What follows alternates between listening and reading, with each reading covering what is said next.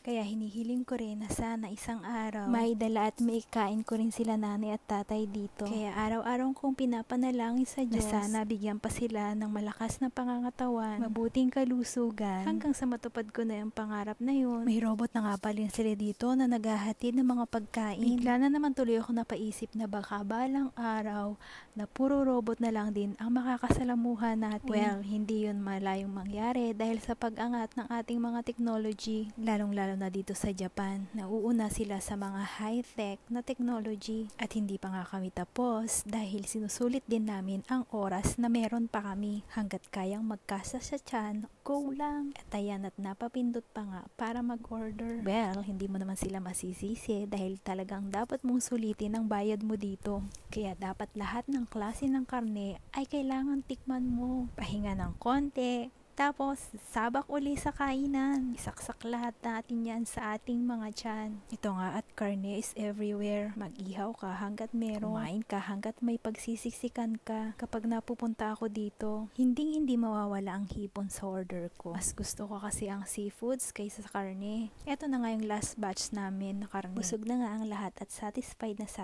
sa mga kinain. Next ay ang dessert na. Ito talaga ang finale kapag nagyakiniko ka. Kapag dessert, ang tako ko talaga. Pagkatapos nito ay bayaran time na.